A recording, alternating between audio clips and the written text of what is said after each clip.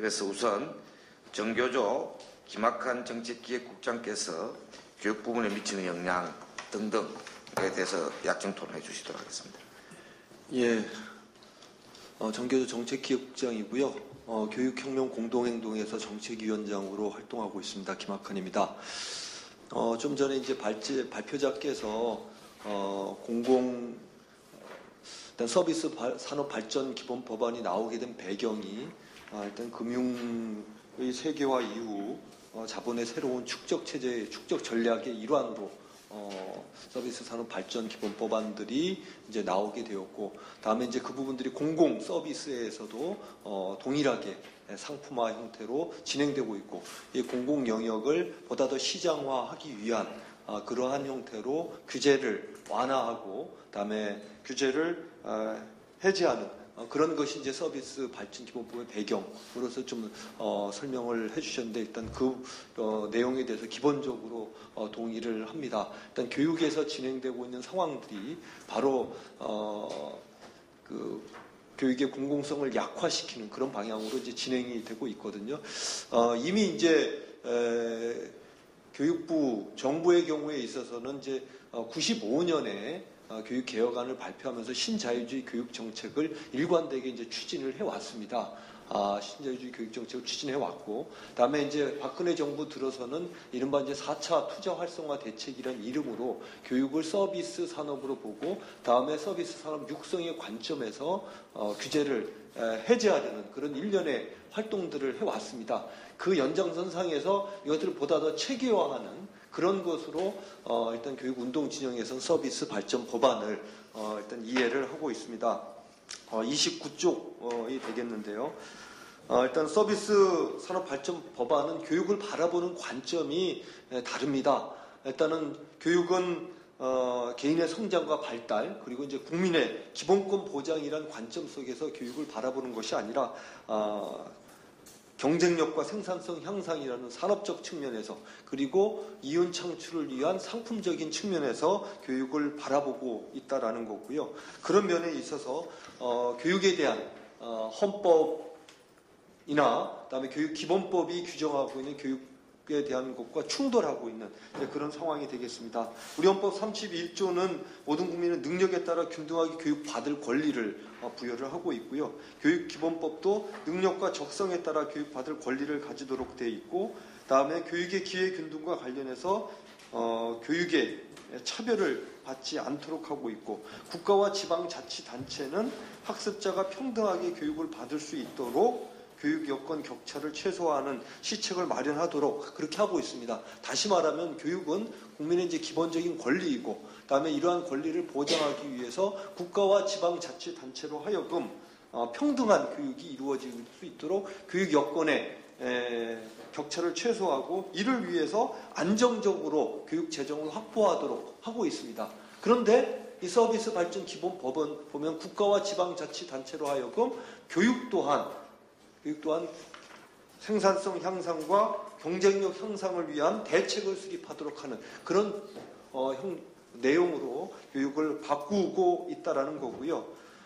그렇게 되면은 결국 교육을 이제 상품화하게 되고, 이 교육의 상품화는 실질적으로는 교육 소비자들에게 있어서 불평등을 초래하도록 한다라는 거죠. 다시 말하면은 교육이 상품화되면은 비싼 교육 상품에부터 낮은 상품에 이르기까지, 쉽게 얘기하면은 자본이 제공하는 높은 교육 상품에서부터 국가가 제공하는 값싼 교육 서비스라는 이런 형태로 교육이 차별화되는 길들을 열어준다라는 거고, 결국 이것은 교육 불평등의 대다수 노동자와 민중의 자식들은 질 낮은 교육 서비스, 교육을 제공받을 수밖에 없다는 점에 있어서 교육 불평등을 확대하는 그런 걸로 작용을 한다라는 거거든요. 그것은 교육기본법에서 규정하고 있는 교육의 평등성을 위해서 국가와 지방자치단체에게 부여하고 있는 책무와는 다른 방향으로 갈 수밖에 없는 것이 원리적으로 내포되어 있다, 이렇게 볼 수 있겠습니다. 사실 신자유주의 교육 개혁은 교육을 이제 상품으로 보고, 다음에 학생과 학부모를 교육 소비자로, 국가와 교원들을 교육 공급자로 보면서 교육을 하나의 이제 시장 논리로서 이제 규정을 해왔거든요. 근데 이러한 신자유주의 교육 개혁안이 교육개혁이 지금 20년이 경과하면서 실패로 드러나고 있습니다. 그런데 이 실패로 드러나고 오히려 공공성들을 강화해야 되는 그런 부분으로 현실에서는 드러나고 있음에도 불구하고 박근혜 정부에서는 교육 시장화를 보다 더 밀고 나가는 그러한 정책들을 추진하고 있고 그것을 체계화하기 위해서 나온 것이 바로 서비스 발전 법안으로 판단을 하고 있습니다. 사실 이 서비스 발전 법안에서 나타날 상황들이 이게 이제 통과되면서 나타날 상황들은 이제 4차 투자 활성화 대책에도 이미 그 맹화들이 다 보여주고 있다고 보여집니다. 4차 투자 활성화 대책에는 유망 서비스 산업의 육성 및 고용 지자체의 규제 개선을 중심으로 4차 투자 활성화 대책을 마련을 했는데 교육 부분에서는 이러한 것이 어떻게 규정이 되냐면 외국 교육기관의 설립의 자율화, 다음에 국제학교의 결산상 잉여금 배당 허용 등을 통해서 교육 시장을 교육을 개방하고 다음에 교육의 공공성을 약화시키는 이러한 형태로 이미 이제 4차 투자 활성화 대책에 담겨 있거든요. 그러니까 서비스 산업의 육성이라는 것 속에서 핵심을 봤더니 국제학교의 육성, 그리고 국제학교의 돈벌이를 강화해주는 그런 방향으로 나타나고 있습니다. 실제 이제 제주도에는 이제 국제학교가 지금 이제 3곳이 이제 운영이 되고 있는데요. 이들 학교의 경우에 외국 교육기관에 이제 로열티를 지급해서 교육 프로그램을 운영하도록 하고 있고, 이들 학교의 연간 학비가 3천만 원에서 5,500만 원에 달합니다. 올해 이제 자사고가 문제가 됐었는데 자사고 학비가 이제 1,000만 원이 이제 좀 넘습니다. 1,000만 원이 넘고 외고 자사고가 이제 1,000만 원에서 1,500만 원 정도가 되는데, 사실 이제 우리 국민들은 모르는 제주도에서, 서울 인근이 아니기 때문에 잘 모르겠지만은 이제 제주도에서는 학비 3,500만 원에서 5,000만 원 하는 국제학교가 운영이 되고 있고, 여기 학생들의 대부분은 강남과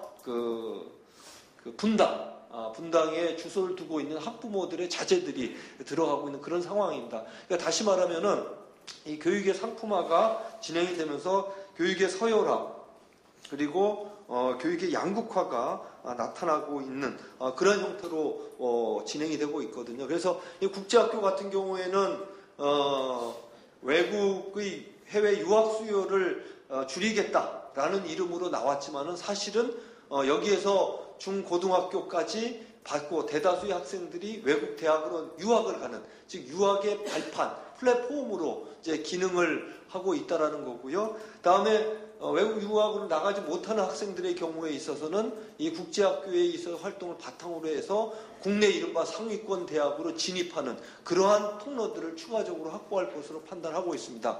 그렇게 되면은 지금은 이제 우리가 자본주의 사회에서는 이제 결국 돈에 의해서 학교가 서열화된다고 하면은 현재는 외고나 자사고가 한국 교육의 정점에 있다라고 한다면은 지금 국제학교가 그 정점에 이제 차지하고 이른바 교육 서비스 산업 육성이라는 것 속에서 이와 같은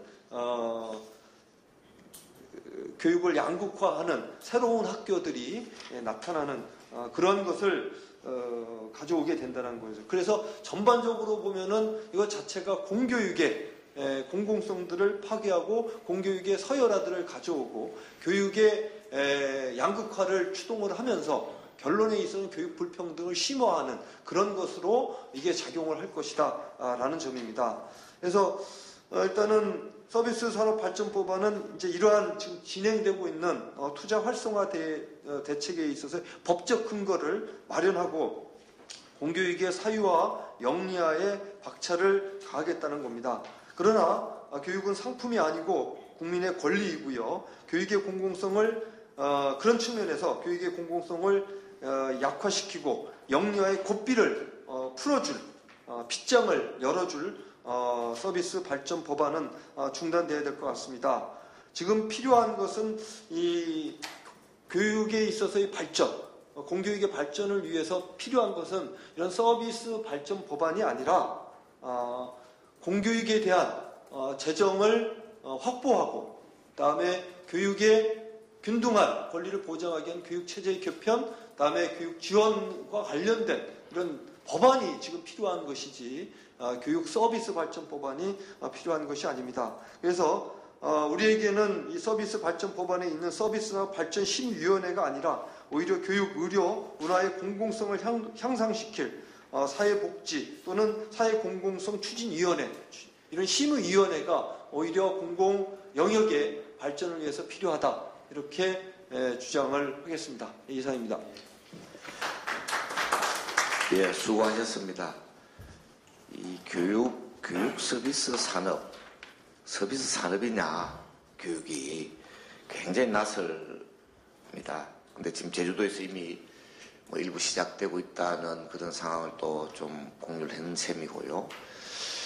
근데 뭐 교육은 조금 그래도 상대적으로 좀 점진적으로 진행되고 있는 셈이죠. 거기에 비해서 지금 보건의료 쪽은 뭐 지금 본격적인 아마 이른바 사냥감이 되고 있는 지금 그런 상황인데요. 자, 무상의료운동본부의 정영균 정책위원장께서 의료 부문의 역량 토론해 주시도록 하겠습니다.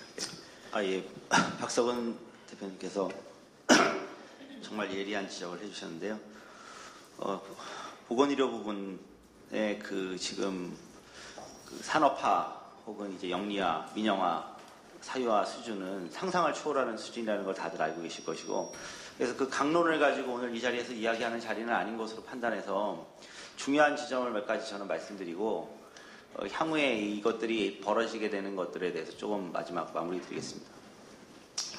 일단 지금 현재 가장 큰 문제가 되는 것은 서비스산업발전기본법이 무슨 역할을 할 것인가 라는 부분이라고 저는 생각하는데, 서비스산업발전기본법은 기본적으로 사회 공공성을 다 파괴하는 법이다라고 저는 이제 봐야 될 것이라고 봅니다.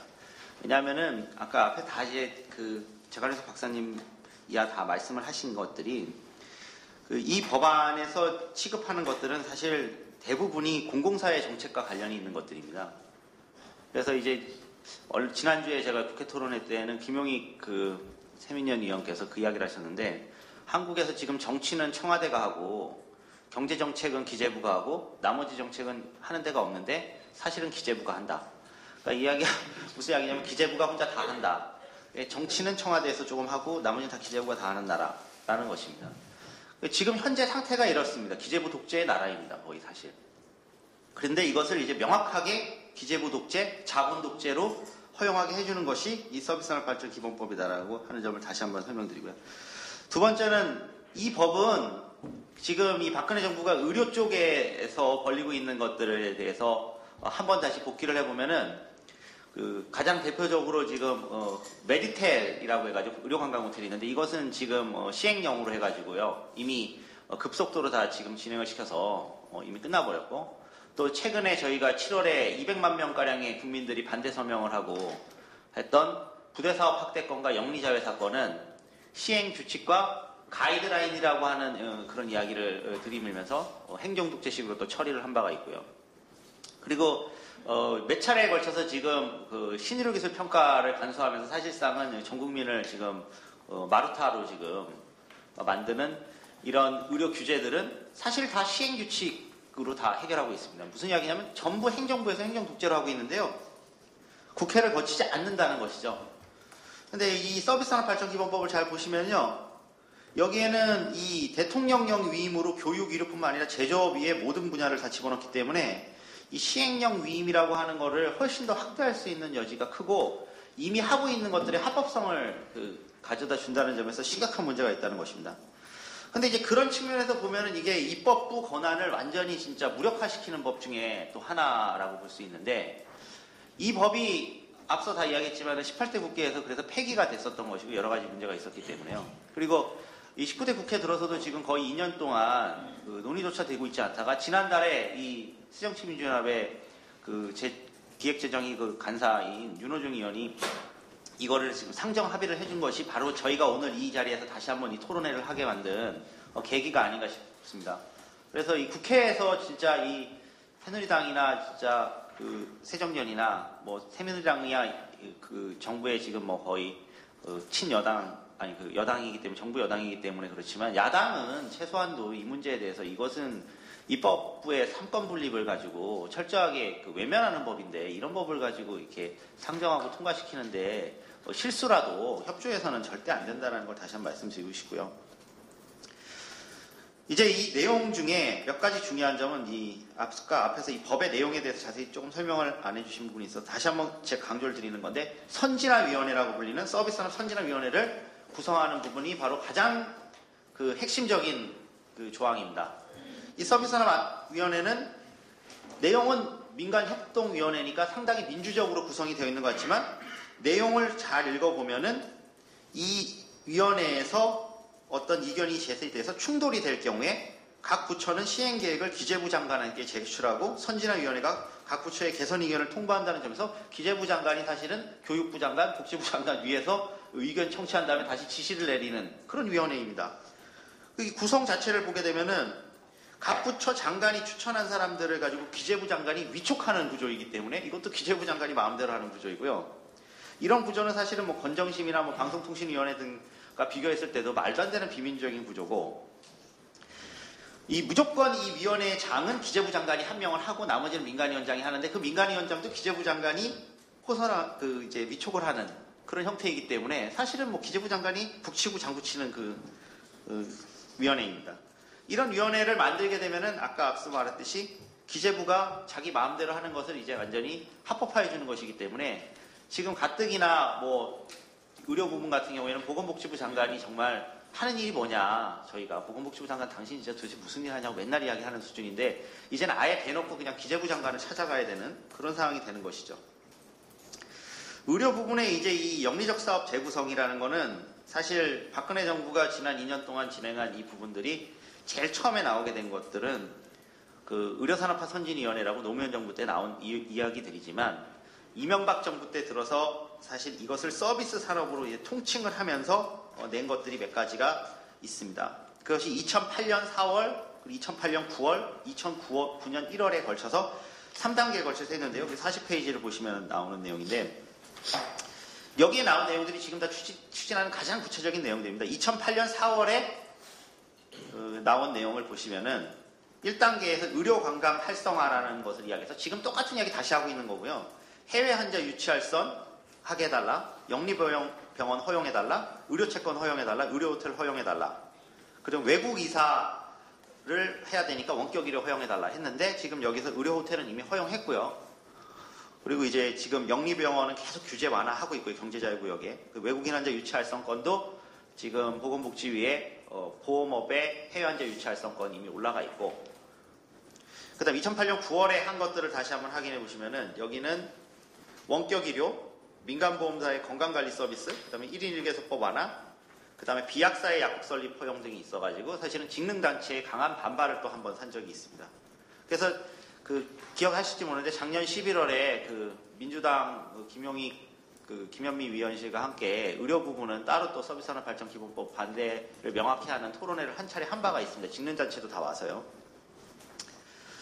그 다음에 이제 뭐 MSO 각종 지금 나오고 있는 모든 이야기들이 다 당시에 다 있었던 내용들인데, 이것이 바로 서비스 산업이라고 하는 범주 내에 포함이 돼서 진행이 됐다는 것이고요. 그런 측면에서는 서비스 산업 발전 기본법이 의미하는 바는 의료 민영화 확정법이다, 이렇게 말씀드릴 수 있습니다.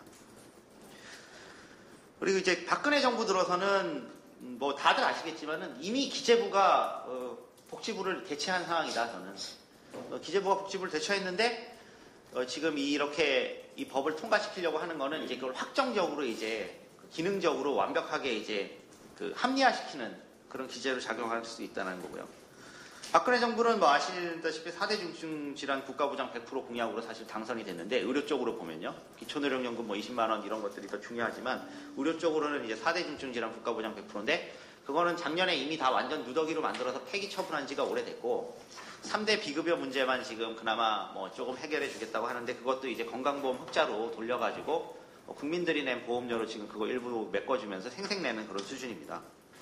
근데 이 부분에서 가장 중요하게 벌어지는 일이, 진주의료원을 작년에 이제 집권 다음 날 본인이 직접 한 건 아니고 홍준표 경남도지사가 이제 나서가지고 해줬는데, 해줬다는 표현이 지금 딱 맞는 수준이 됐습니다. 왜냐하면은 복지부가 그동안 계속 여기에 대해서는 전용해서 쓸 수가 없고, 여기에 대해서 이제 중앙정부가 지원한 금액들, 진주의료원에 지원한 금액들에 대해서는 자신들이 이제 확실하게 문제를 책임지고 재개원을 못하더라도 어쨌든 그 부분에 대해서는 의료기관으로 다시 가는 부분들에 대해서 확인하겠다는 이야기까지 했지만, 사실 지난달 조용히 박근혜 정부가 진주의료원을 경남도 서부청사로 용도 변경해서 사실상은 폐원 최종 승인을 했는데 이 건도 제가 봤을 때는 복지부가 사실 저희는 복지부에 가서 이야기하고 보건복지부 장관이 국회 청문회인지 아니면 국회에 불러가지고까지 의원들이 이야기해가지고 그런 답변을 얻었으나 아무 소용이 없었다는 것이죠. 뭐냐, 기재부 장관이 마음대로 할 수 있는 나라다.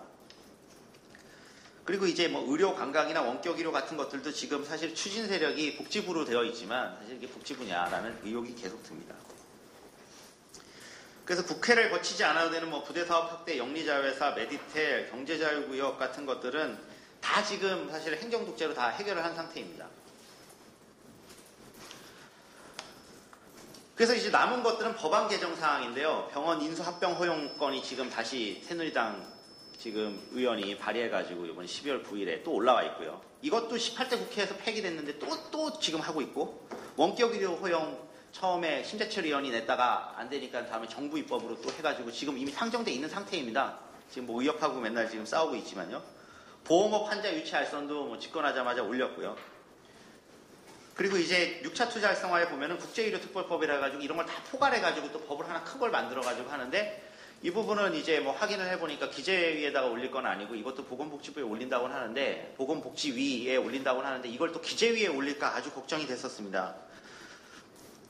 그러니까 이런 상황에서 지금 이 서비스산업발전기본법은 사실은 국회 기재위에 지금 소관인데, 기재위에 지금 세민연 이 부분에 대해서 명확한 입장과 반대를 그동안 해오다가 갑자기 본인들은 실수라고 하지만 이렇게 나간 부분에 대해서는 분명하게 지금 다시 확실하게 이 부분을 국민들과 이 지금 오늘 나온 이 교육, 의료 및 그 사회 문화 전반이 다 반대한다는 점에 대해서 각인을 하실 필요가 있을 것 같다는 걸 다시 한번 설명을 드리고요.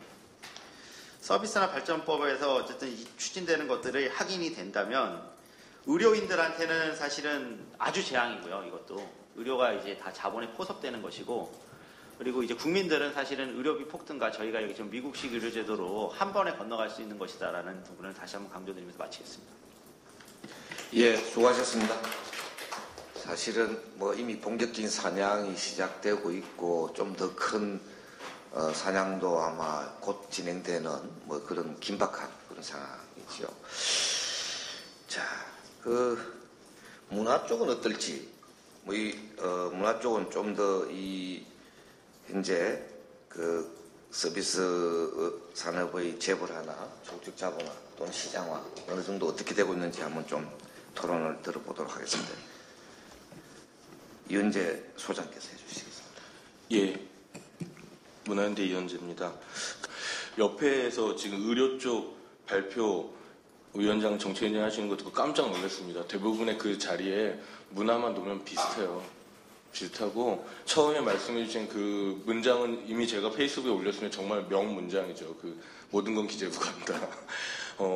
사실 이런 논의가 이제 문화예술 쪽에서 기재부에 대한 문제의식을 현장 예술가들이 갖게 된 거는 뭐 오래됐습니다. 오래됐고, 예를 들어서 작년인가요? 페이스북에서 굉장히 인기가 있었던, 예술인들이 굉장히 좋아했던 그 포스팅이 하나 있었는데, 그게 뭐냐면 에베레스트 산 같은 이제 그런 산을 이렇게 타는 등반하는 걸 다큐멘터리 찍은 감독이 인터뷰를 했는데, 그 인터뷰에서 물어봤어요. 그렇게 카메라까지 들고 늘 궁금했다. 카메라까지 들고 그 위에까지 올라가서 찍는데 뭐가 제일 힘들었냐 그랬더니 그 다큐멘터리 감독이 이렇게 말했습니다. 정산하는 게 가장 힘들었습니다. 라고 말했어요.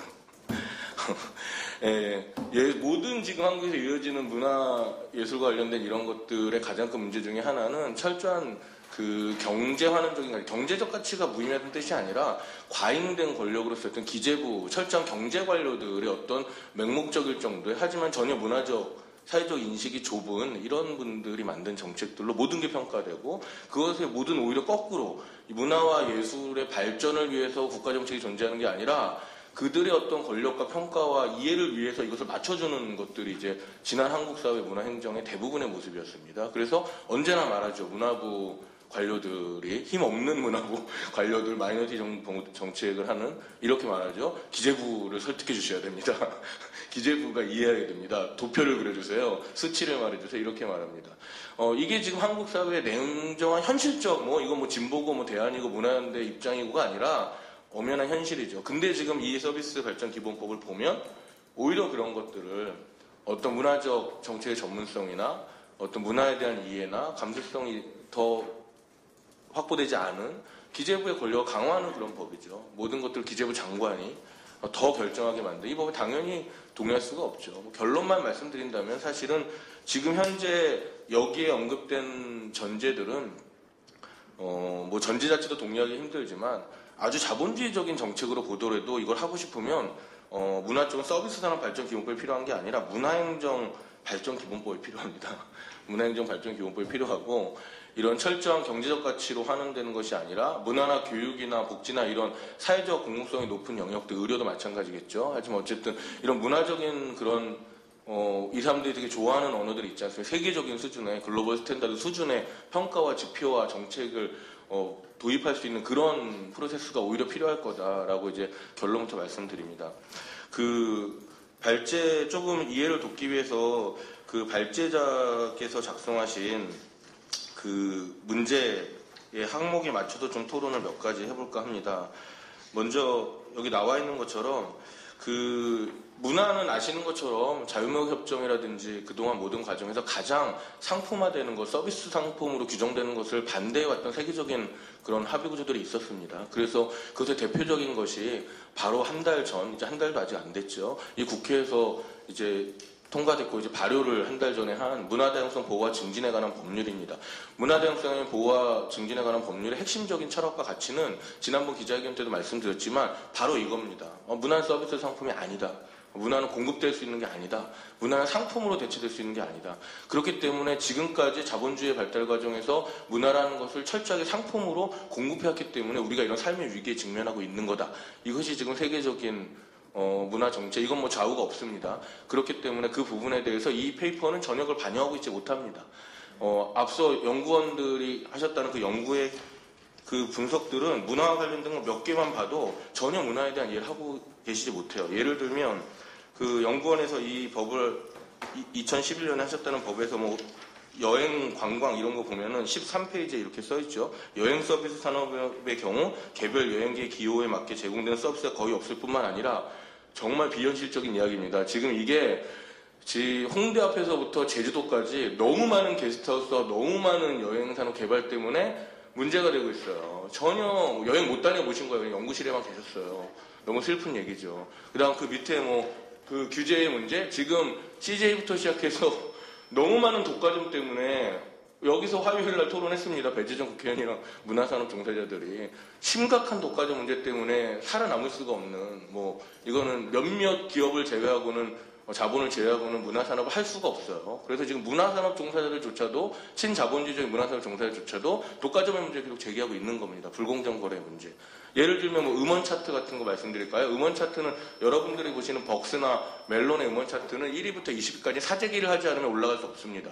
보통 10억에서 20억 정도의 돈을 씁니다. 만약에 내일 만약에 A라는 아이돌이 음원을 발표하면 그 음원사가 멜론이나 이런 데서 그런 액수의 음원 차트에 그런 불공정 거래를 하고 있어요. 규제 완화가 아니라 공공성에 입각한 굉장히 강도 높은 규제가 필요한 영역입니다. 근데 이런 것들을 이런 철저한 어떤 왜곡된 경제주의 그리고 어떤 규제 완화라는 이름으로 지금 헛다리를 짚고 있는 거죠. 이건 자본주의의 질서에서 말씀드리는 거예요. 제 개인적 입장이 아니라.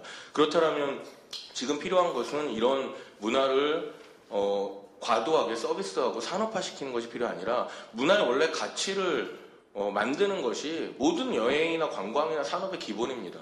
우리가 맨날 부러워하고 벤치마킹 하자고 하는 그런 유럽이나 문화적인 컨텐츠가 발달되는 나라들 가까운 일본만 보더라도 그런 문화적인 가치를 발현할 수 있는 생태계를 조성해 주는 게 기본적인 산업의 논리인데 심지어 여기서 말하는 전제는 공공정책이죠. 국가가 법을 만들고 한다면 정책이란 공공정책을 의미하는 건데 그것은 당연히 그런 부분에서 문화적 가치가 확산되지 않는 문화산업이 있을 수 없다. 그런 서비스가 있을 수 없다라고 말씀드리고 싶습니다. 예를 들면 여기서 이야기되는 예술을 지금 개인 서비스로 분류돼 있잖아요. 요즘에 세계적인 수준의 예술 뭘 이야기해도 개인 서비스하는 예술 없습니다. 대부분 사회적 문제를 다루죠. 한국에서 가장 보수적이라는 현대미술관이 올해의 작가로 누굴 선정했습니까? 노순택 작가를 선정했습니다. 매우 충격받았죠, 다들. 아니, 이런 보수적인 박근혜 정부에서 보수적인 국립현대미술관이 올해 작가로 노순택이 누굽니까?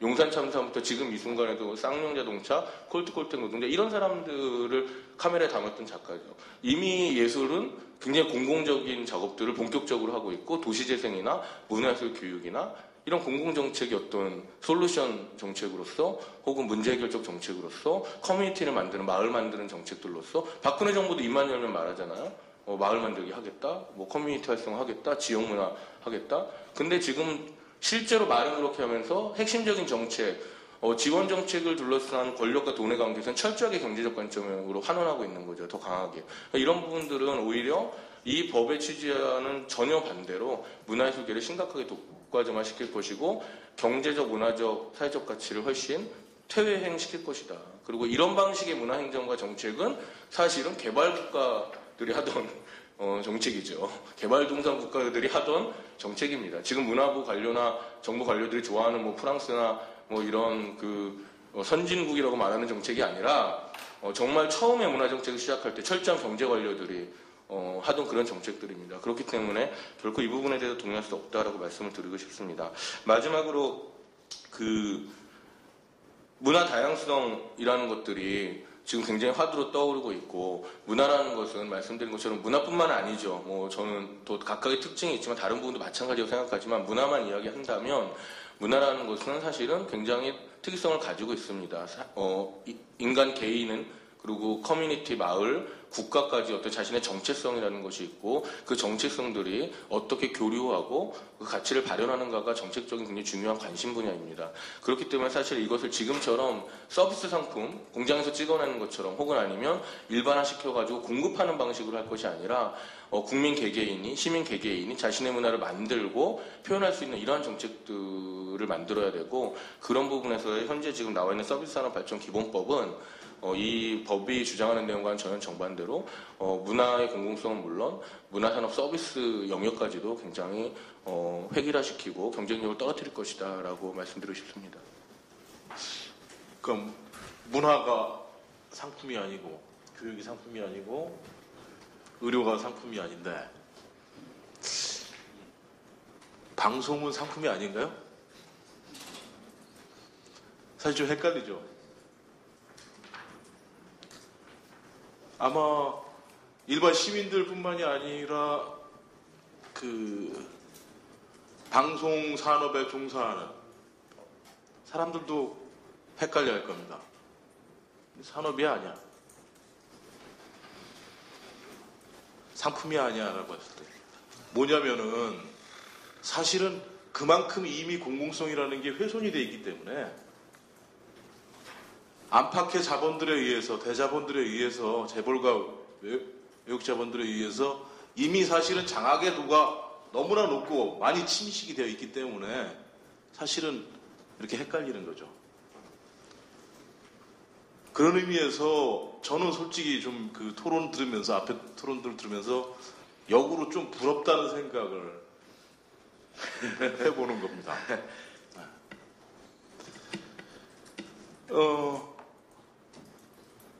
지금 누가 현재 우리 방송을 놓고서 공공성이 상당히 있다라고 얘기할 수 있겠습니까? 외형만 일부 갖추고 있을 뿐입니다. 그것도 공영방송이라는 이름 하에서.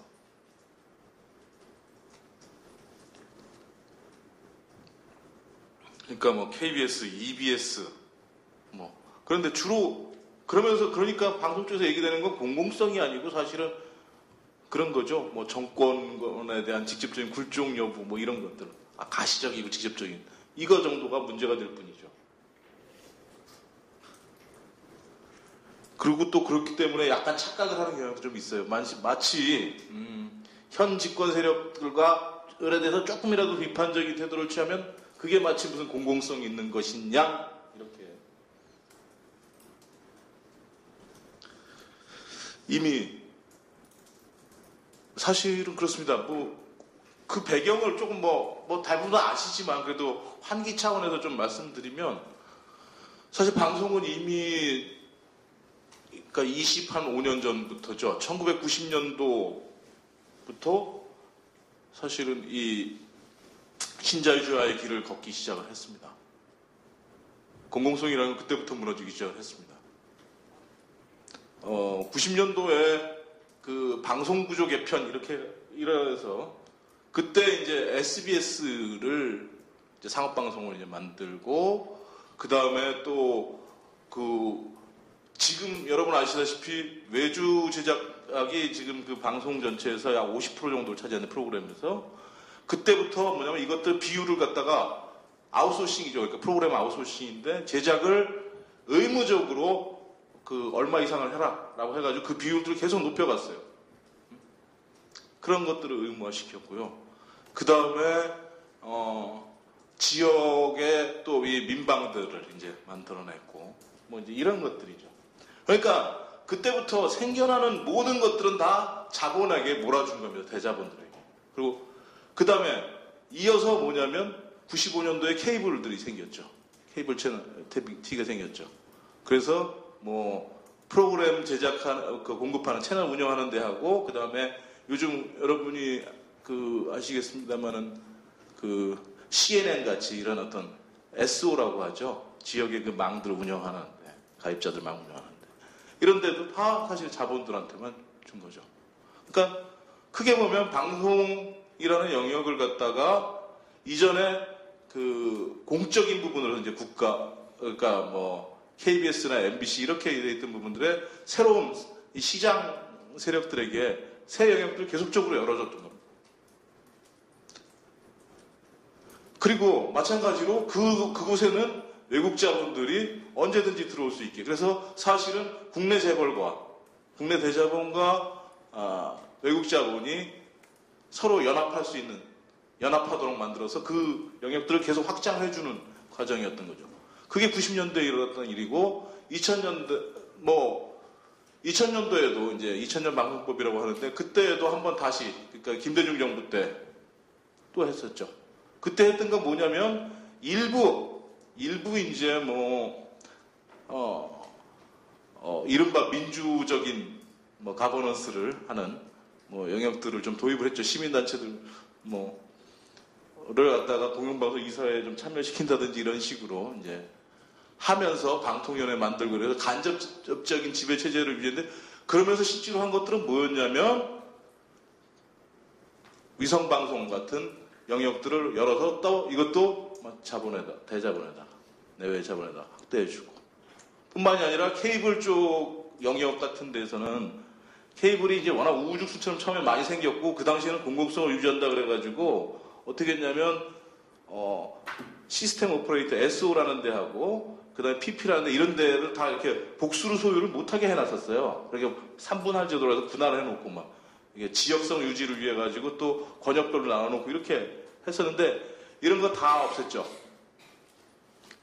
그래서 소위 말하는 MSO, MTP 또는 MSP 그러니까 이 두 영역도 합쳐가지고 이런 식으로 만들어놨던 거예요. 그리고 외국 자본에 대해서 할 수 있는 폭들은 더더욱 늘려놓은 거예요. 이게 2000년 이후에 2000년 방송부에서 진행됐던 일입니다.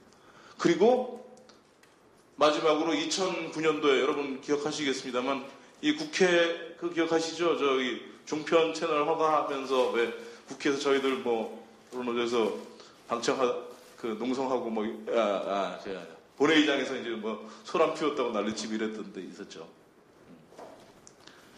그때 우리는 기억합니다만은 대개는 그냥 종편 그러니까 조중동한테 이렇게 채널 또 하나씩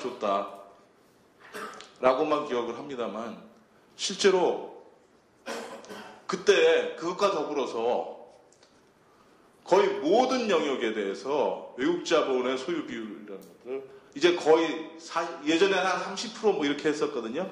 그래서 49%까지 이렇게 가 있죠.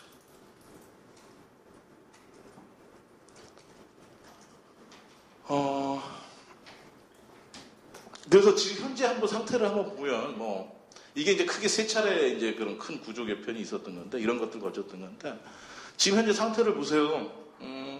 케이블 TV 영역이 어떻게 되어 있죠? 보면 아시다시피 CJ가 제일 막강하죠. CJ 케이블 TV는요 지금 CJ, CNN, TV로드 이 세 개가 거의 다 먹고 있어요.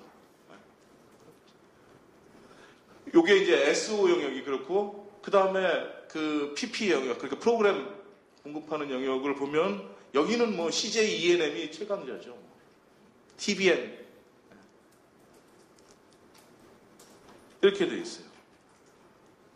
그리고 요즘은 이제 케이블 말고 이게 이제 유료 방송이죠. 그리고 유료 영역이 또 이제 IPTV라는 게 있죠. IPTV는 뭐 아시다시피 3대 통신 자본 KT, SK,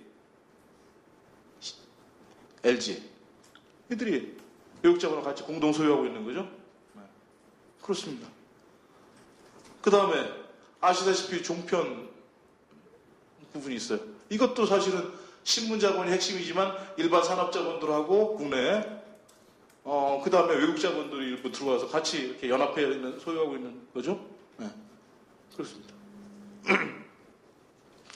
그리고 여기에 이제 공중파 방송이라고 흔히 얘기하는 여기에 이제 SBS가 있고 그 지역망으로서 이제 그 지역 민방위 이렇게 하나의 네트워크를 이루고 있죠. 그리고 그런데 그 지역 민방은 사실은 다 보면 지방의 주로 건설사들, 건설 자본들이나 뭐 이런데 지역 토호들이 다 이제 같이 연합해 있는 거죠. 물론 SBS 태영도 기본적으로 건설 쪽의 자본입니다만 그렇습니다. 솔직히 저는 뭐 이렇게 생각을 해요. 사실은 소유 규제 이제 풀 것도 별로 없다. 남은 게 별로 없다. 사실은 지금 그런 상황입니다. 그리고 왜냐하면 지난번에 그 조중동한테 그 미디어 악법 그래서 이게 줄 때 그때 사실은 규제를 어떤 식으로 풀었냐면요. 예를 들면 지금 국내 대자본들이나 신문 소유자들 한테 여기는 지상파 채널도 소유가 가능해요. 10%씩 지분이. 거기까지 지금 푸는 거예요. 지상파를 그 정도로 풀어놨는데 뭐가 지금 더 이상 뭐가 남아있겠습니까? 그리고 한미 FTA가 그 방송 영역은 그 올해 3월 이후에는 그동안 적용이 유예가 돼 있었거든요. 그래서 이제 그게 해제가 되는데 3년간 유예가 돼 있다가 그렇게 되면 어떤 게 가능하냐면 외국 자본들이 이제 외국 PP들 같은 경우에 PP의 영역에 관해서 어떻게 돼 있냐면 그 간접 투자가 100% 허용이 돼요. 무슨 얘기냐면 아시다시피 얘네들이 국내에다 법인만 설립을 하면 그거 통해서 무슨 짓이든 할 수 있다는 거예요. 간접 투자라는 게 그런 거잖아요. 네. 그렇게 돼 있어요. 그런데 솔직히 별로 이제는 하도 많이 당하고 이제 이미 헝클어질 때 헝클어져가지고 별로 이런 것도 그렇게 긴장감을 못 줘요. 그 다음에 조금 더 제가 이제 그 상태를 그러니까 한번 무너지게 되면 어떻게 되는지를 한번 제가 말씀드리기 위해서 조금 더 말씀드릴게요. 이 영리 방식, 그러니까 운영하는 방식에는 그럼 어떠냐? 소유만 그러냐? 아니라는 겁니다. 예를 들면 이제 방송은 기본적으로 많은 부분이 지금 광고로 운영이 되잖아요. 광고 같은 경우에 지금 광고사가 어떻게 되어 있냐면 기존에는 한국방송공사에서 이제 간접으로 이렇게 대행해 주던 거였어요. 하나였죠. 지금은 수가 6개입니다. 하나만 공영 랩이고 다 민영이죠. 무슨 얘기냐면 SBS가 지난번 미디어 랩적 할 때 만들어졌고 종편 4개가 생기면서 다 각자 자기가 하나씩 이제 꾸려가는 거죠. 그렇게 돼버렸어요.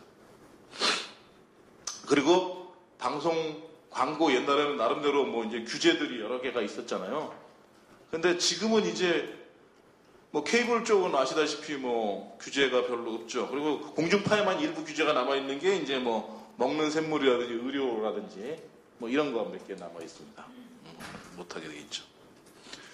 그리고 그 대신에 이제 풀어준 게 이런 겁니다. 예를 들면 지금 이제 곧 풀 것 같은데 이번에 만약에 이제 그러니까 서비스 발전 기본법이 되고 뭐 그러면 조만간에 풀릴 것 같은데 방송 광고 총량제 무슨 얘기냐면 지금은 시간별로 10%밖에 광고 못하게 돼 있어요. 시간대별로. 근데 이거 하루에 그냥 통틀어서 10%만 지켜라. 그러니까 돈 되는 시간에 와장창 몰아줄 수 있게 이렇게 되면은 어떤 게 나타나느냐? 돈 되는 컨텐츠에는 때도 갖다 이제 핵심 이렇게 해서 상업적인 것들은 이제 위주로 이게 편성인데 나머지는 거의 사각지대에는 다 버리는 게 되는 거죠. 이런 형태로 되겠죠. 그리고 그런 시간대에 이제 노인들이나 아이들이나 기타 뭐 이런 다큐멘터리나 이런 거 다 갖다가 박는 거죠. 사각지 이렇게 된다는 얘기죠. 지금도 사실은 PPL 같은 경우는 여러분 뭐 아시고 모르시고 보시겠습니다만은 지금 드라마, 예능, 뭐 다큐멘터리 모든 것에 PPL 안 들어가는 게 별로 없습니다. 장르를 불문하는 거예요, 지금. 그리고 협찬 장난 아닙니다. 제가 단적인 예로 하나만 말씀드리면 예를 들면 이런 건데 요즘에 얼마 전에 인기 있거든 요리 인류라는 뭐 이제 요리 관련 그 KBS 다큐멘터리가 있었습니다.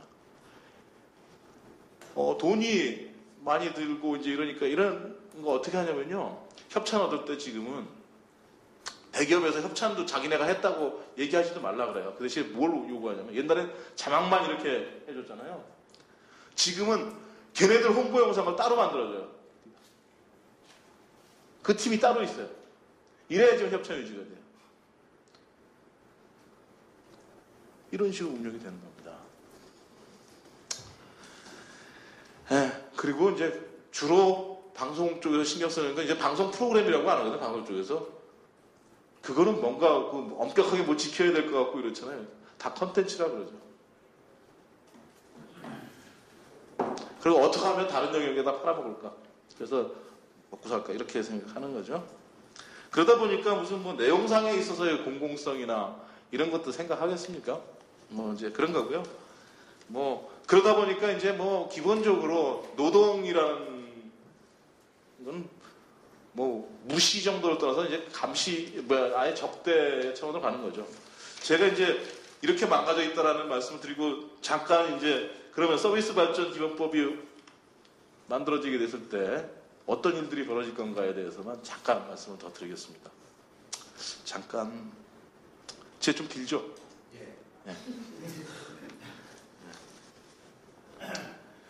예, 단기적으로 뭐 당연히 지금 방송통신위원회가라고 있는데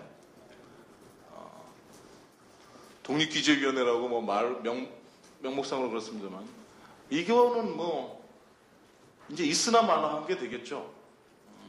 여기서 지금 현재 지상파하고 뭐 보도 PP 이런 데 같은 경우를 이제 보도 채널 같은데 이런 데를 이제 뭐 중편까지 어쨌든 규제를 한다고 합니다만은 아마 할 일이 전혀 없어질 거다. 그리고 방송 전체가 유료 방송 위주로 케이블이나 IPTV나 기타 위주로 중편 위주로 이렇게 이제 운영이 될 거기 때문에 그리고 더 나가서는 말이죠. 저는 그렇게 봅니다. 이렇게 해서 진척이 한번 되기 시작하면은 더 이상 최소한의 어떤 공공성도 복원할 수 있는 가능성 그런 시도 자체도 못하게 된다. 아예 그 자체 근거 자체가 없어질 것이다. 이렇게 봅니다.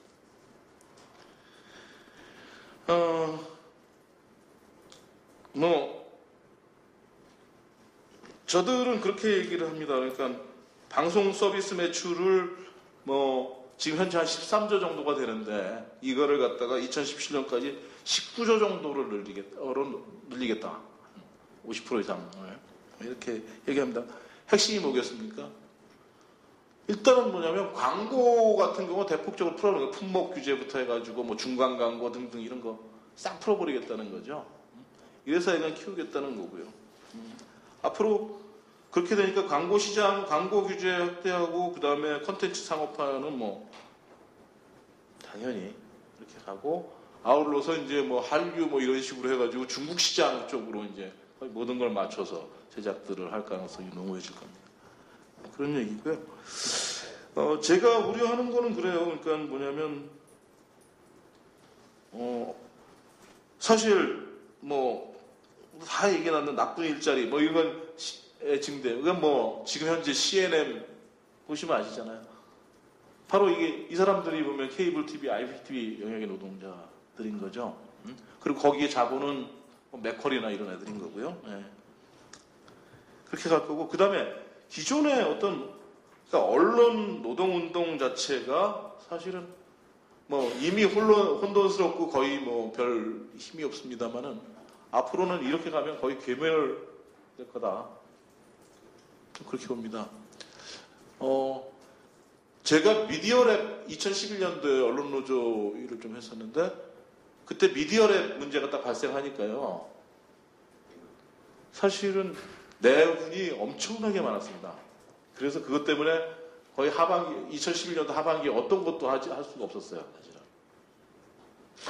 뭐 저도 물러나라는 요구도 많이 받았고요.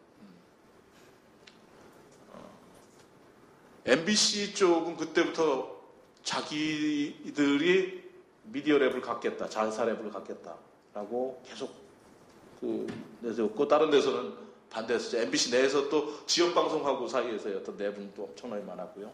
지역 MBC 쪽하고요. 그러니까 이렇게 이런 식의 패턴들의 일들이 벌어지면서 거의 무력화가 될 수밖에 없다라는 거고요. 그래서 중기적으로 보면은 국내외 대자본이 지금 현재도 뭐 거의 장악하고 있습니다만 앞으로는 어떻게 될 거라고 보냐면 저는 이 미국화 얘기하시는데 똑같이 여기도 미국하고 똑같이 될 거다. 미국 지금 이렇습니다. 예를 들면 지가 저기 NBC를 소유하고 있거든요. 지가 제너럴 일렉트릭이. 그다음 근데 얘네 원래 군수 뭐 원전 뭐 이런 거 하는 저기잖아요. 예? 전기. 그다음에 CBS 같은 경우는 CBS는 바이어컴이라는 데가 하고 있는데 얘네들도 원래 군수 쪽에서 출발했다. 뉴스 코퍼레이션은 외국 자본이잖아요. 기본적으로 미국 입장에서 보면. 그래가지고 얘네는 신문에서 출발했던 애들이죠. 뭐 비방디 뭐 등등 여러 개 쭉 있는데 이게 뭔 얘기를 하고 싶은 거냐면요. 그러니까 매체 자본과 금융 자본과 산업 자본 모든 자본들이 서로 이렇게 크로스해서 연합되는 복합적으로 소유하는 이런 형태로 되면서 모든 영역에 자기 발을 뻗친 이 자본들이 장악을 해 들어간다는 거죠. 한국도 그렇게 재편될 가능성이 높다는 거죠. 이 법의 결과로. 그렇게 보고요. 마지막으로 한 말씀. 이건 진짜 마지막입니다. 죄송합니다. 이 말씀은 제가 시간이 아무리 늦어도 꼭 하고 싶은 얘기인데요. 앞으로 좀 MBC를 좀 주목해서 보셔야 될 것 같습니다. 이 법이 이제 생기게 되면. 얼마 전에 MBC에서 상암동 쪽으로 옮기면서요. 신사하고 옮기면서 조직 개편을 했어요. 조직 개편을 했는데 내건 모토가 뭐냐면 수익성 중심 조직 개편이었어요. 그래서 실제로 만든 부서들이 이런 거예요. 뉴스 사업부. 뉴스 사업부였어요. 뉴스하고 사업하고 이게 매치가 됩니까? 이런 거였고 매체 전략 뭐 이런 건데 그러니까 뭐냐면 수익성 중심 제작 연계 마케팅 뭐 자산 활용 수익 기능 강화 이걸 공개적으로 표방을 했어요. 공영방송이라고 어쨌든 지금까지는 하고 있는 데가. 그래서 실제로 했던 게 뭐야? 교양국 폐지했죠. 교양국을 폐지해갖고 다큐멘터리는 외주 관리하는 부서에다가 갖다 그냥 이렇게 조그맣게 옆에 얹혀주고서 실제로 나머지 대부분을 어디로 보냈냐면 예능국으로 보냈어요. 예능국 산하로 보냈어요. 이제 돈 되는 컨텐츠 만든다. 교양 해체돼서 MBC가 교양 없는 놈들이 돼버렸죠. 그리고 그 다음에 매체 전략국 신설해가지고 콘텐츠 유통 수익을 극대화한다. 뭐 이제 이런 식으로. 이게 뭘 의미하는 걸까요?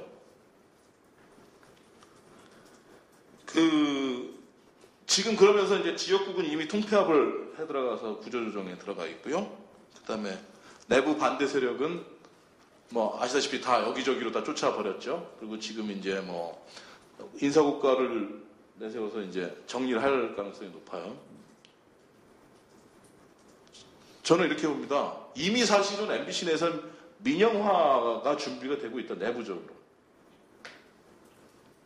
서비스 발전 기본법 만들어지고 지형이 점점 더 그쪽으로 가게 되면은 어느 시점에서 선언할 겁니다.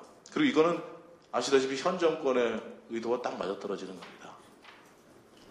MBC에서 자체적으로 하겠다는데 마지못해서 승인하는 척 해주겠죠. 그러면서 뭐 자기가 얻는 박모 씨는 자기가 얻는 이익은 그거는 뭐 일단은 재단 형태로 뭐 이렇게 해서 딴 데로 치워놨다가 나중에 걷어들이는 방식으로 가겠죠. 그래서 이게 서비스 발전 기본법이라는 게 언론은 이미 망가뜨렸고 사실은 거의 이렇게 이게 만들어지면 거의 회복불능하게 될 것이고 그리고 또 MBC 민영화까지도 연결될 수 있는 정세적 의미를 가지고 있다. 이렇게 말씀드리겠습니다. 고맙습니다. 예, 사실 저희가 공공운수 사회서비스 노동조합인데요.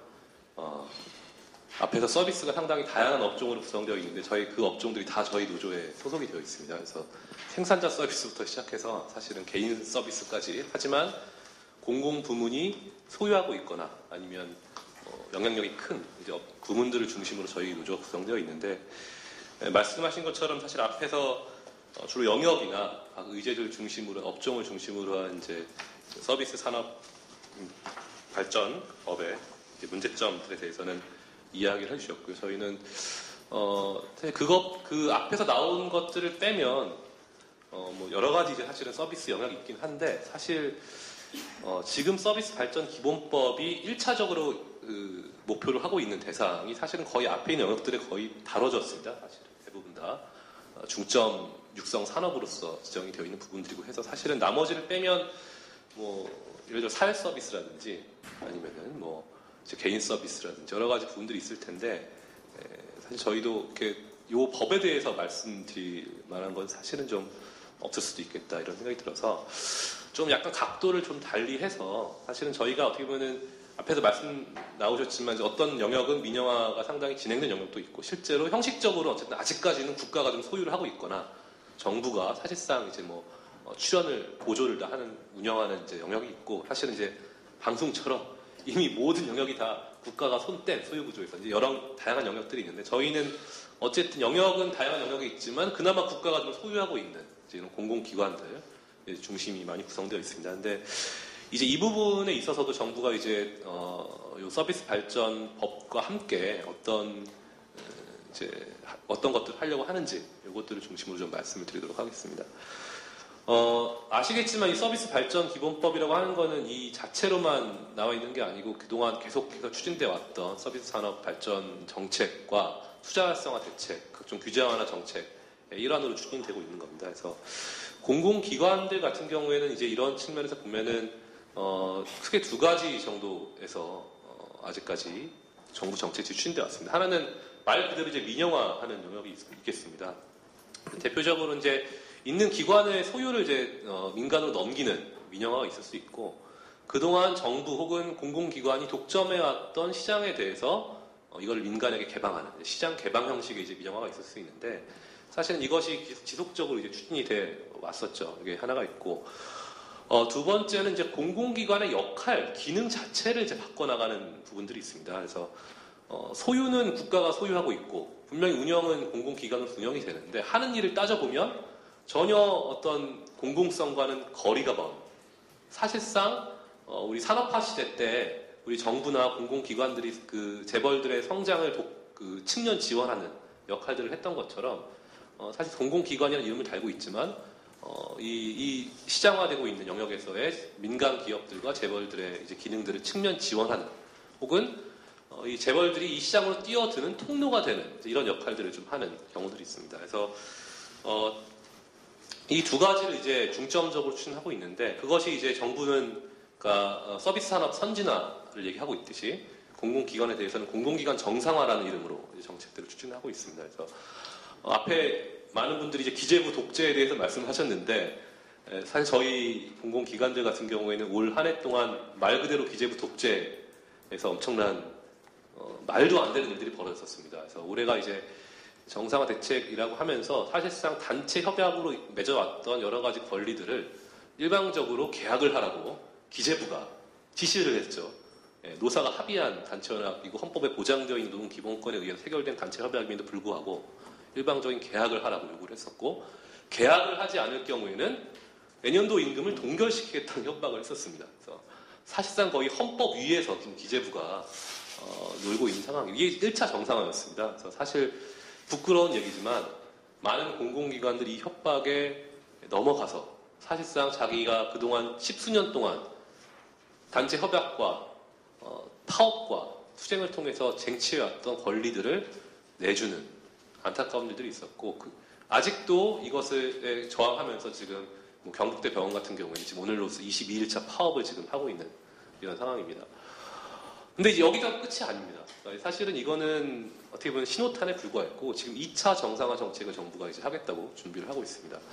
2차 정상화 정책의 내용은 한마디로 말해서 공공기관의 기능을 전체적으로 재점검하겠다는 겁니다. 그래서 기능 조정이라고 이제 법적으로 얘기를 하는데요. 정책적으로는 말 그대로 303개 지금 공공기관이 있는데 303개 공공기관의 기능이 혹시 상호 중복되는 게 있는지 민간에서 해도 되는데 공공기관에서 하고 있는 게 있는지 뭐 불필요한 게 있는지 민간에 넘겨야 될 게 있는지 이것들을 전체적인 모든 기관의 기능들을 점검을 하겠다, 확인을 하겠다라고 하고 있습니다. 그래서 그 결과에 따라서 통합시킬 건 통합을 시키고 민간에게 넘길 건 민간에게 넘기고 혹은 기능을 바꿀 거는 바꾸고 이러겠다는 거를 지금 계획으로 발표하고 있고 내년에 이제 이것이 중점적으로 추진될 예정입니다. 그래서 특히 정부가 지금 저희가 보기에는 이제 그 지분 아예 이제 기업 자체를 매각하는 거에 대한 국민들의 불만도 워낙 크고 저항도 크고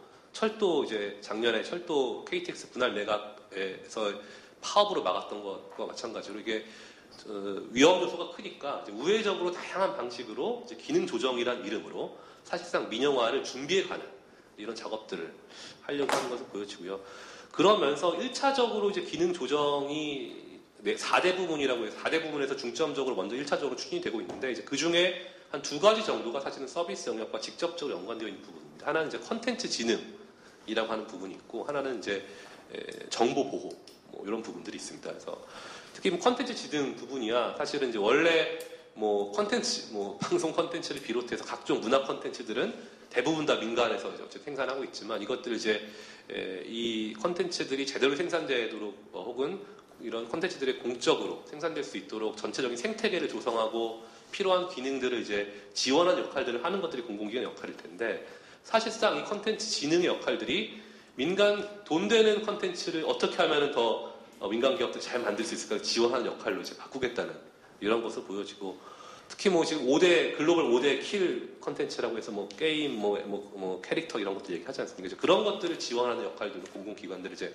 바꾸려고 이렇게 하고 있는 것이죠. 그래서 기능 조정이라는 이름으로 해서 공공기관의 기능들을 통폐합하고 민간으로 넘기고 일부는 기능들 자체를 서비스 산업의 활성화, 서비스 산업의 선진화를 측면 지원하기 위한 역할로 전체적으로 조정하려고 하는 게 1차적으로 지금 준비되고 있는 것들입니다. 근데 그러면서 두 번째로 하는 것들이 결국에는 이 공공기관의 운영을 최대한 수익성 중심 운영하는 것을 바꾸겠다는 겁니다. 그래서 내년도에 성과연봉제라든지 아니면은 퇴출제, 민간기업과 마찬가지로 성과를 못 내는 직원들은 정년 이전에 자르도록 하겠다라든지 이런 제도들을 통해서 사실상 기관의 운영 자체를 수익성 중심 운영 그리고 노동자들의 이제 그 희생과 그리고 노동자들의 상호 경쟁을 통해서 전체적인 이제 효율성을 높여나가겠다라는 게 지금 추진이 되고 있는 상태입니다.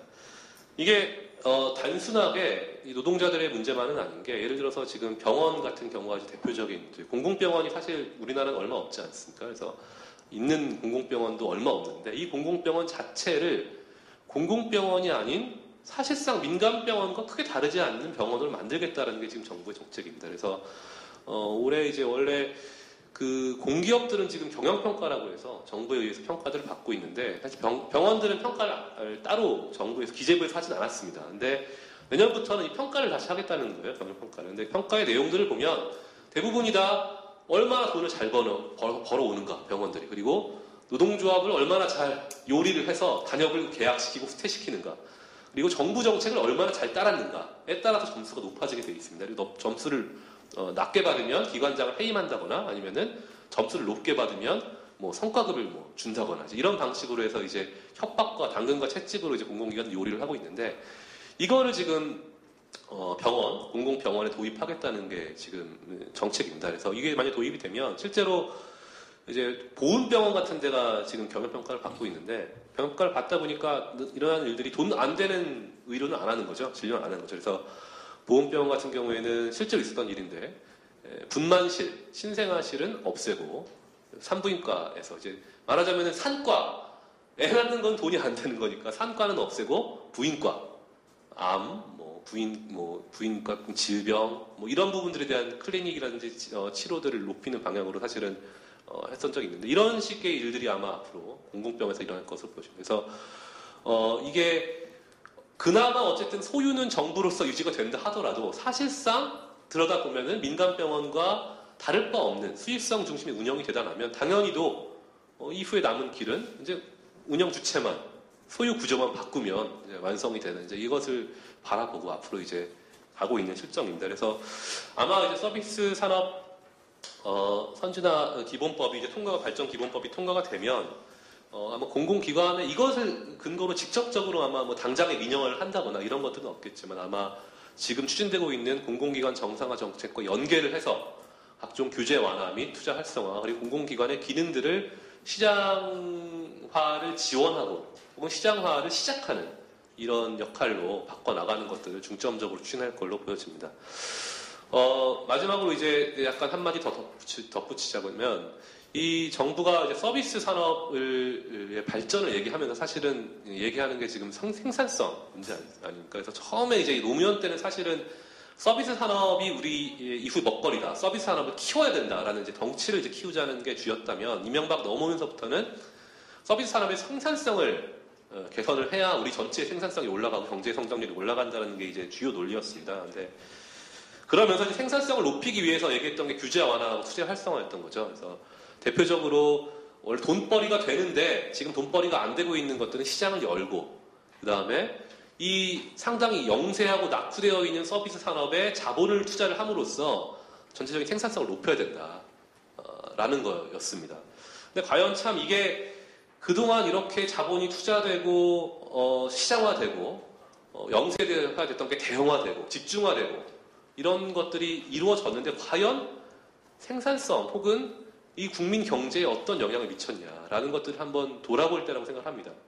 대표적인 게 이제 소매업 같은 경우가 이제 예전에 2000년대 초반과 지금과 비교해 봤을 때 대형마트들이 우후죽순처럼 생기고 소매업 자체의 대형화가 급속도로 이루어진 경우지 않습니까? 그래서 실제로 생산성이 개선이 됐습니다. 소매업은.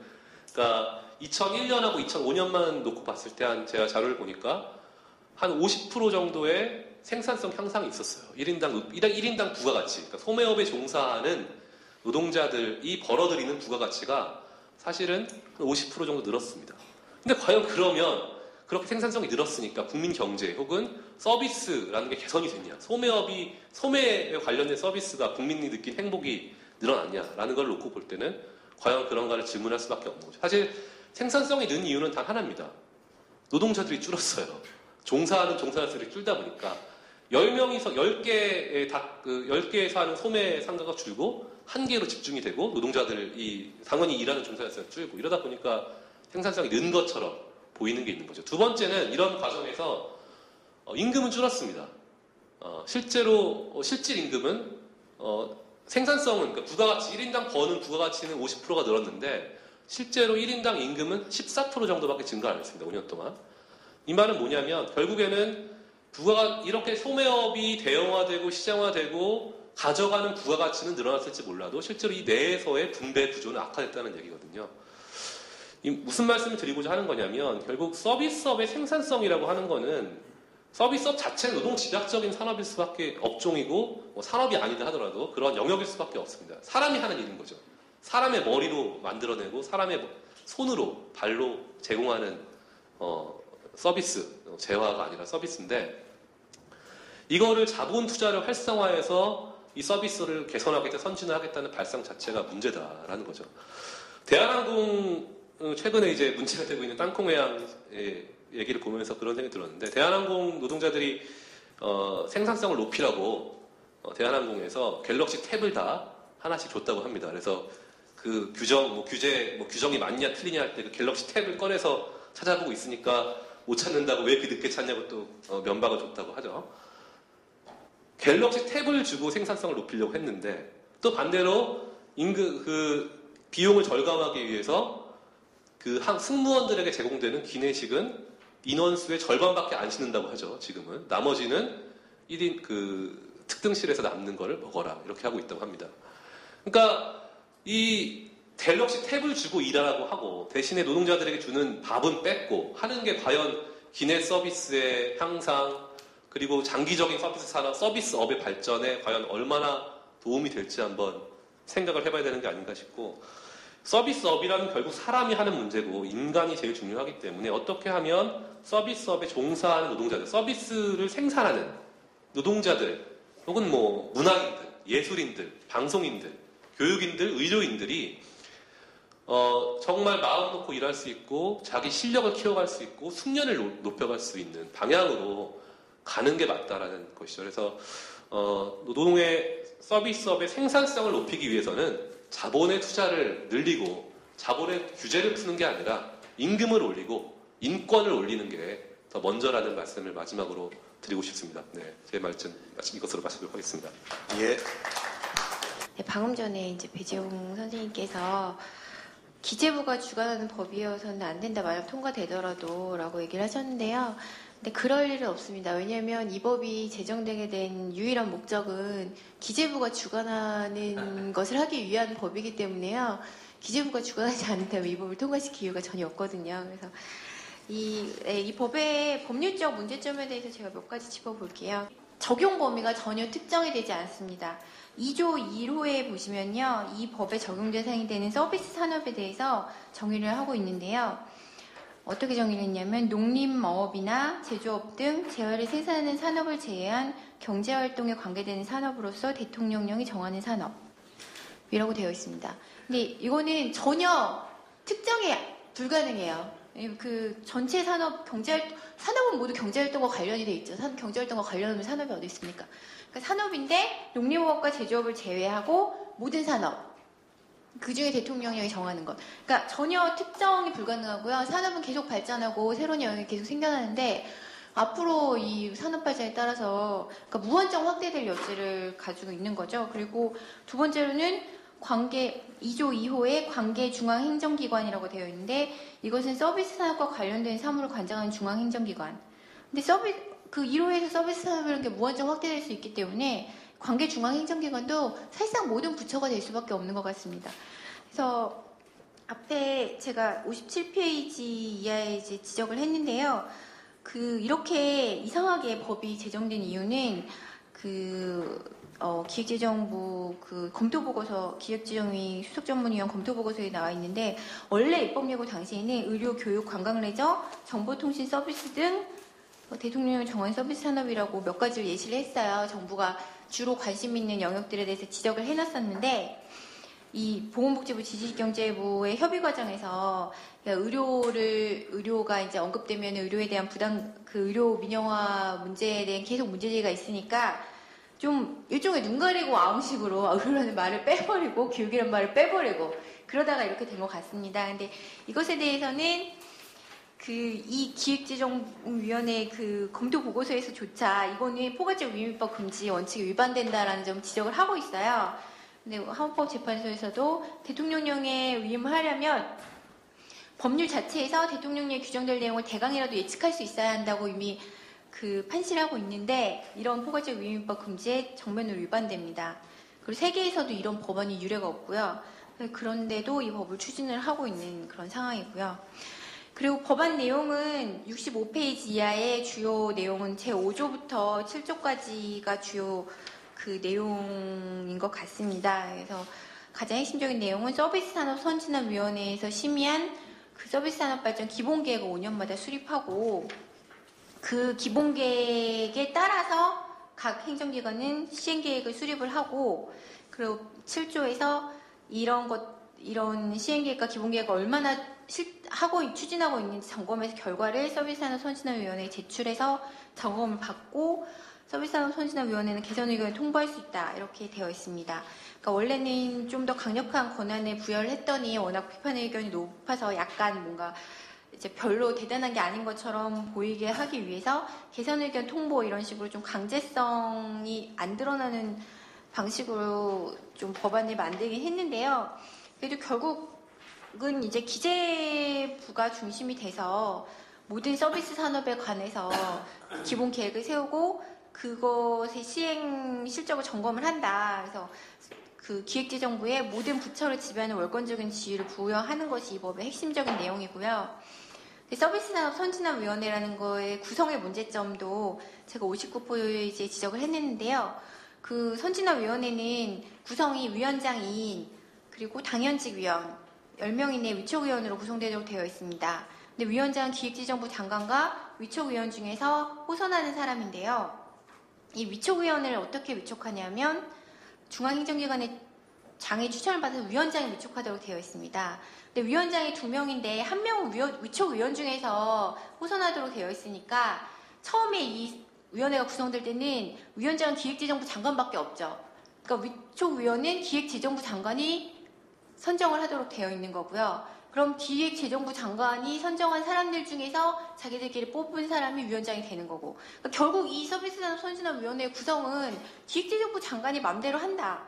라고 그냥 한마디로 정리를 할 수 있을 것 같아요.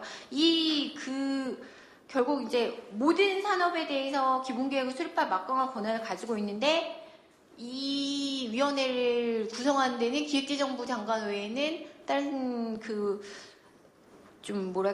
결국은 이제 기획재정부 장관이 거의 정권을 가지고 구성을 할 수 있도록 되어 있는 상황이라, 네, 상당히 심각한 민주적인 면에서도 문제가 있고, 정말 그 서비스산업선진화위원회 구성 자체가 전혀 이 산업의 특수성이나 이런 것들에 대한 고려는 전혀 없는 것 같습니다. 그래서 이런 것들에 대해서도 지적을 할 수 있을 것 같고요.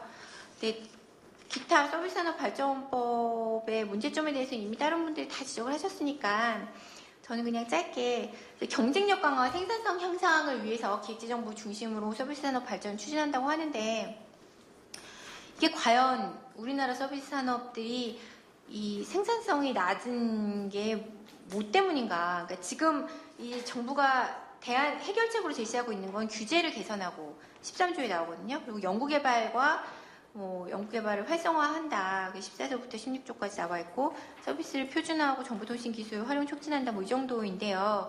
규제가 없기 때문에 규제가 너무 지나치기 때문에 이게 발전을 안 하고 있는 것인지에 대해서는 정말 생각해볼 여지가 있는 것 같습니다. 근데 제가 보기에는 아까 제가 현숙 박사님께서 잘 지적을 해주신 것처럼 우리나라 서비스 산업은 이제 대기업 중심 경제 구조와 IFU 노동시장 유연화로 중산층이 몰락해서 사실상 이 자영업 쪽으로 이제 노동시장에 밀려나서 어쩔 수 없이 자영업종으로 밀려나게 된 것들, 그리고 양극화가 심화되고 가계소득이 감소했기 때문에 수시장이 전혀 활성화가 안 되고 이런 것들이 맞물려서 일어나는 일들인데요.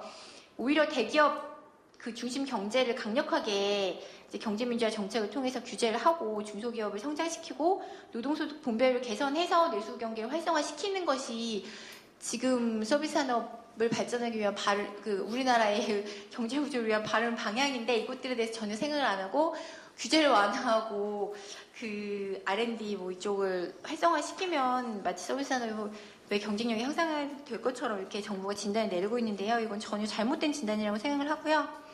공공성 부분에 대해서는 많이 얘기하셨으니까 생략하도록 하겠습니다. 이상입니다.